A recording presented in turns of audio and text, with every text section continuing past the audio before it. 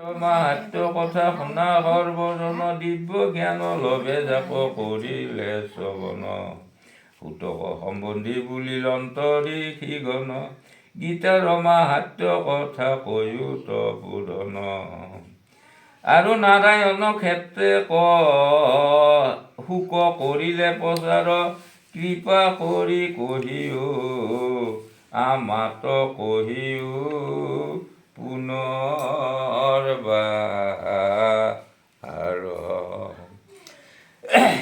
এই ৰাম সুত নিগদতি শুনি অকৰি সিগণ গীতামিত কোনে পাৰে কৰিব বৰ্ণন গুৰু অৰ্থ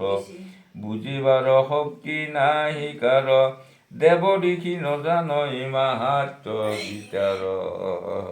হে ৰাম গাভীৰূপী বেদ শাস্ত্ৰ শ্ৰীকৃষ্ণে দোহয় বৎসৰূপ ধৰি তাক অৰ্জুনে প্ৰিয়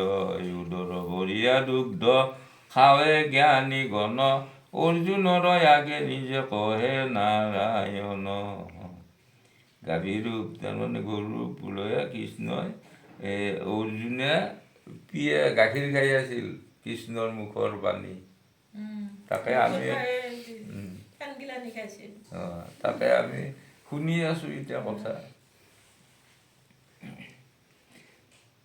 আৰু জীৱৰতা ৰণ হেতু মাহাত্য গীতাৰ দৈৱ কি নন্দন কৃষ্ণে কৰিল প্ৰচাৰ সংসাৰ সাগৰ তৰিবাক যাৰ মন গীতামিত পান কৰি তৰা সেইজন সংসাৰৰ পৰা উদ্ধাৰ হ'ব লাগিলে